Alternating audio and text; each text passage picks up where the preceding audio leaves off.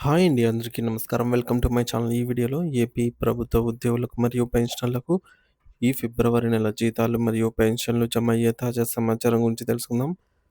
Video అయితే ఎక్కడే గానీ స్కిప్ చేయకుండా ఎండ్ వరకు చూసేయండి. అప్పుడే ఇన్ఫర్మేషన్ పూర్తిగా అర్థమవుతుంది. అలాగే వీడియో చూస్తున్న ప్రతి ఒక్కరు వీడియోకి లైక్ చేయండి ఫ్రెండ్స్. ఈ వీడియోని తోటి ఉద్యోగ పెన్షన్ మిత్రులతో అయితే షేర్ చేయండి. కొత్తగా మన ఛానల్ చూస్తున్నవారు ఇంకెవరైనా సబ్స్క్రైబ్ చేసుకోకపోతే వెంటనే మన ఛానల్‌ని సబ్స్క్రైబ్ చేసుకోండి. సో, దీని ద్వారా నేను చేసే లేటెస్ట్ వీడియోస్ అన్నీ మీ వరకు రీచ్ అవుతాయి. ఇక ఆలస్యం చేయకుండా వివరాల్లోకైతే వెళ్ళిపోదాము. ఆంధ్రప్రదేశ్ రాష్ట్ర ప్రభుత్వ ఉద్యోగులకు, విద్యాశాఖలో పనిచేస్తున్న ఉపాధ్యాయులకు మరియు పెన్షనర్లందరికీ తాజా సమాచారం అండి. ఆంధ్రప్రదేశ్ రాష్ట్ర ఆర్థిక శాఖ మరియు సీఎఫ్ఎంఎస్ విభాగం నుండి అందుతున్న సమాచారం ప్రకారం జీతాలు మరియు పెన్షన్లకు సంబంధించిన బిల్లుల ప్రక్రియ ఇప్పుడు చివరి దశకు చేరుకుంది. అంటే రాష్ట్ర వ్యాప్తంగా ఉన్న వేలాది మంది ఉద్యోగులు మరియు పెన్షన్‌దారుల బిల్లులకు సంబంధించి ఇప్పటికే బ్యాచ్ నంబర్స్ కేటాయించడం జరిగింది. అసలు ఈ బ్యాచ్ నంబర్ అంటే ఏమిటి? ప్రభుత్వం నుండి నిధులు విడుదల కావడానికి సిద్ధంగా ఉన్నాయని మరియు మీ బిల్లులు బ్యాంకింగ్ వ్యవస్థలోకి ప్రవేశించాయని చెప్పడానికి ఇది ఒక సాంకేతిక సంకేతం. మనం వివరాల్లోకెళ్ళి స్టేటస్‌ని గమనించినట్లయితే చాలా వరకు ఉద్యోగుల బిల్లులకు సంబంధించి పేమెంట్ పెండింగ్ స్టేటస్ అనేది ఇప్పుడు సక్సెస్‌గా అయితే మారుతుంది. అంటే దీని అర్థం ఏమిటంటే ట్రెజరీ నుండి నిధులు సక్రమంగా విడుదలయ్యి అవి మీ ఖాతాలలో జమ కావడానికి ప్రభుత్వం నుండి గ్రీన్ సిగ్నల్ వచ్చేసింది. ముఖ్యంగా విద్యాశాఖకు సంబంధించినటువంటి బిల్లులు చాలా వేగంగా ప్రాసెస్ అవుతున్నాయి. విద్యాశాఖలోని ఉపాధ్యాయులు మరియు ఇతర సిబ్బంది బిల్లుల స్టేటస్ చూస్తే అక్కడ పేమెంట్ సక్సెస్ అని స్పష్టంగా చూపిస్తోంది.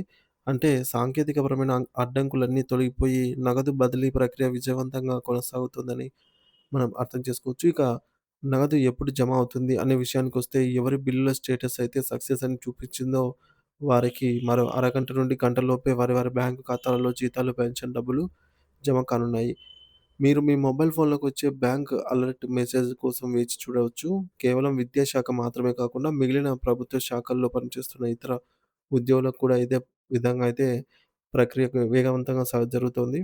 మిగతా శాఖల ఉద్యోగులందరికీ కూడా ఈరోజు సాయంత్రం లోపు ఖచ్చితంగా జీతాలు అందుతాయని అధికారులు వెల్లడిస్తున్నారు.